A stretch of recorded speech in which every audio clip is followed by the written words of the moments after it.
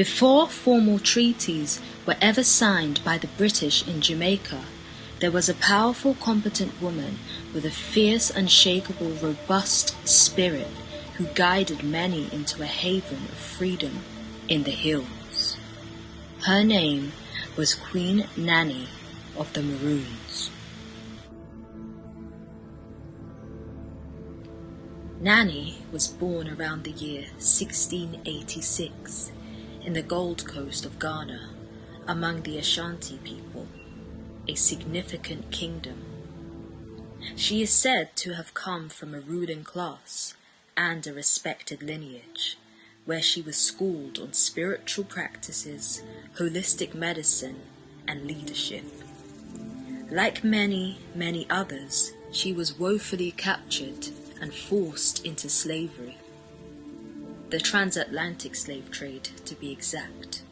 In due course, arriving in Jamaica, one of the many islands where this took place. The transatlantic slave trade had been in motion for over 100 years by the time Nanny became a damsel. However, Nanny and her brothers were not planning to be a part of it for very long.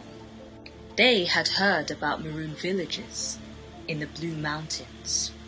Long before Nanny, enslaved Africans escaped into the mountain and formed these independent communities called the Maroons. Slaves communicated with each other. It was essential for their survival. The medium for their communication was through their shared West African languages they already had: Pidgin, non-verbal and verbal communication, and other cues. They refused to be in bondage. And so it was. They fled together. Nanny and her brothers settled in these villages in the Blue Mountains with the Windward Maroons, way beyond the British slave masters. But not to sit back and rest, but to pull their weight. In the mountains, they were true agriculturalists.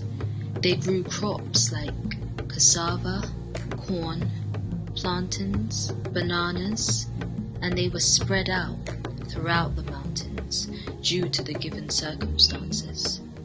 These warriors hunted birds, fish, wild pigs, and they gathered fruit, herbs, and medicinal plants.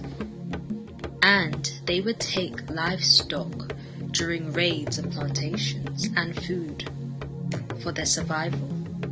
It was said that Nanny had spiritual powers in the Blue Mountains to make the food stores last longer.